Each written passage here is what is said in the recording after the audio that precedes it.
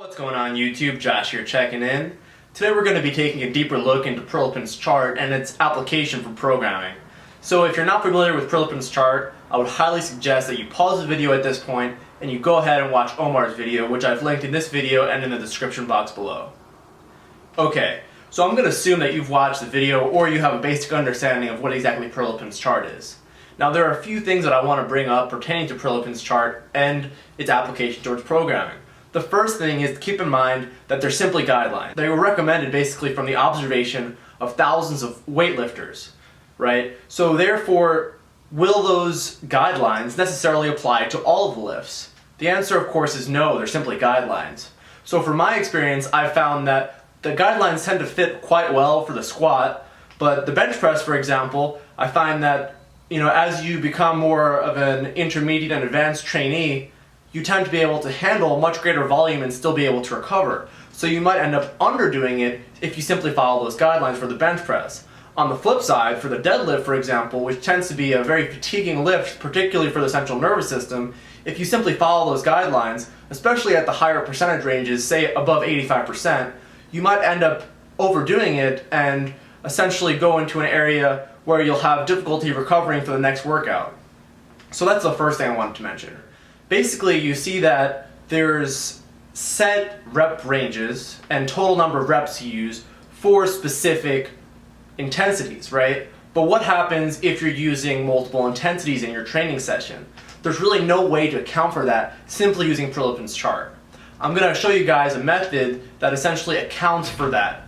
So the method is called INAL, and that stands for intensity and the number of lifts. Now keep in mind, I did not develop this. This was based off of an article that I will post below that was from Powerlifting Watch, over 5-6 years ago. Possibly even longer than that. So, INAL, intensity and the number of lifts. So that basically takes into account the total number of lifts that you perform and the intensity that those lifts are performed at. So essentially this is the formula right here.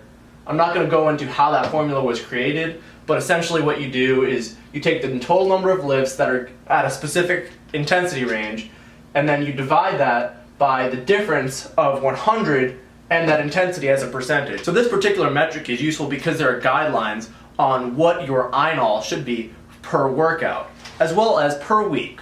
So over here you'll see for a single workout, for a specific exercise, our guidelines are essentially, if it's under 0.4, that's simply not enough of a stimulus, right? So that's just not going to do enough for you. You need to do more work than that. If it's between 0.4 and 1, that's the doable and is probably recommended to stay mostly in that range. Now, greater than 1 but less than 2, it's going to be tough, and it'll be good for specific parts of your training cycle where you're really looking to kind of shock your system, but the fatigue will accumulate and you probably will not be able to stay in that level for a substantial amount of time. And then any workout where it's greater than 2 in that entire workout, you're probably insane. And then you'll see over here, there's also weekly recommendations, right? So for instance, most people don't just do each lift 1 time per week. Most people train each lift at least 2 or 3, sometimes even 4 times per week. So essentially you use the single workout INAL, and then you would essentially just add up per workout, right, for the week. So weekly, under 2 it's really easy, 2 to 3 is good and recommended, and if you think back to this, the single workout, our recommendation is basically around the area of 1 as our goal, right? Seems to be kind of like a hot spot. Well, if 1 is our basically a good number to be shooting for, and if 2 to 3 is the good and recommended range for weekly, well, that basically gives you the standard training frequency of 2 to 3 times per week per lift. Now 3 to 4 is going to be tough and not sustainable. Again, that's going to be if you're really accumulating fatigue, and that's going to be at specific points in your training cycle. And greater than 4, I have to ask, are you even natty? So that's basically the gist of it. I'm going to show you guys some quick examples about how it can be useful. So the first what we're going to do is we're going to look at the same amount of volume, 6 sets of 4 repetitions at 2 different percentage ranges. And they're going to be within the same block that is essentially discussed in Prilepin's chart, but when you use Prilepin's chart, it doesn't distinguish between how difficult or how fatiguing something will be, and essentially that means how that will affect your recovery, right? So basically, if we look at the difference between 74% and 78%, the difference in the INOL, okay, is 0.92 versus 1.09. So it's a pretty substantial difference, and if you continue to essentially use that over time from workout to workout, obviously that kind of becomes more of a significant factor. So this will help you kind of account for those differences that you have within percentages that Prilepin's chart doesn't really account for. Now, one last thing I want to talk about related to this is the fact that the INOL doesn't give you all the information, right? Because you kind of have to look at the INOL per set.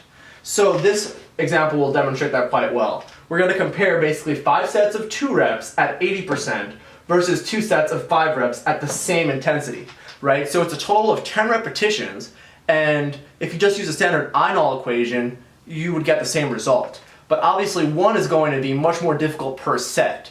So essentially what you're going to do is you're going to calculate your INOL and then divide that by the total number of sets. So in this first example, we see that the INOL is 0.5, right? They're the same, but per set, it's only 0.1. Whereas in this example of 2 sets of 5 reps, it's an INOL of 0.25. So therefore, it's going to be obviously much more taxing, and it'll kind of give you an idea as you're going forward in your programming. Alright, so the last thing I wanted to mention is basically how does INOL, which stands for the intensity and the number of lifts, right? How does that essentially relate to your RPE scale or the rate of perceived exertion? So RPE, basically it works where an RPE 10 would be an all-out set, and an RPE 9 means that you have 1 rep left in the tank. So over here on this chart, I've got number of reps, the RPEs, and in percentage, those are the intensity, right? So basically these numbers are just generic numbers as far as what your percentages will be at certain rep maxes. So you'll notice that with an RPE 10, your INOL, which is this number in red, is 0.4. Now the question is, what happens when you're at an RPE 9? Well, interestingly, your RPE 9 is in the area of 0.3, okay? So you will notice that when you have more repetitions, the INOL number is greater. And that's because the INOL takes into account the number of lifts and the intensity. So essentially, it's biased towards having a greater INOL number, right, when you're doing more repetitions. Now, this kind of will give you an idea of how intense your training will be if you like to use RPE-based training and you also want to use Prilepin's chart. We know that an RPE 9 is 0.3, and we know that an RPE 10 is a 0.4. So therefore, if you're looking to be in that range between an RPE 9 and an RPE 10, say an RPE 9.5, well therefore your INOL number should be somewhere between 0.3 and 0.4. So that's just something else to consider if you're used to using RPEs in your training and you're looking to use Prilepin's chart, or if you're just curious. So I hope you guys liked this video. I hope you found it useful. I hope you found it informative. And if you liked the video, be sure to give it a like. And if you're not a subscriber already, hit that subscribe button. I'll catch you guys in the next video.